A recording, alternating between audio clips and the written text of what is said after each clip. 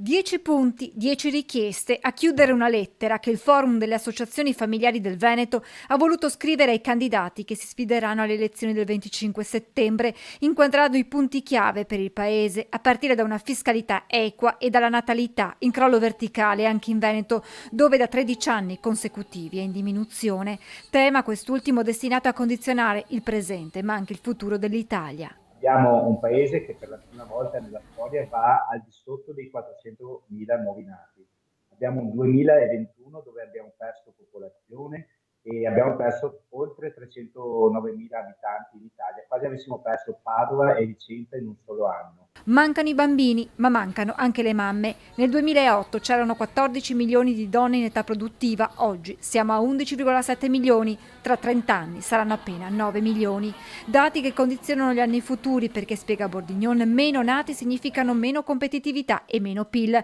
Come ha evidenziato il presidente Istat Blangiardo, il prodotto interno lordo italiano, che oggi è circa 1.800 miliardi, nel 2070 sarà di 1.200 miliardi, cioè 560 miliardi in meno, ossia un 32% di PIL in meno solo per il cambiamento di carattere demografico. È un crollo che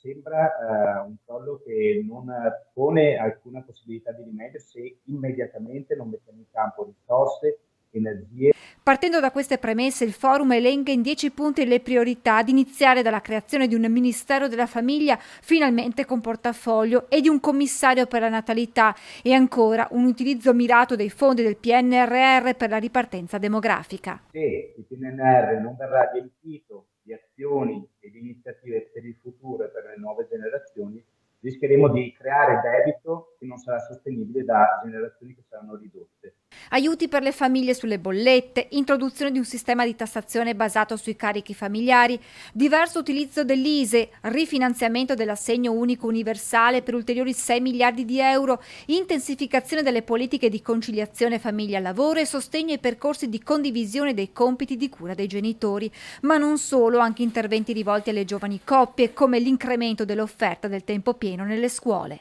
Ridurre 300 euro di spese per ogni componente del nucleo familiare, come spese essenziali,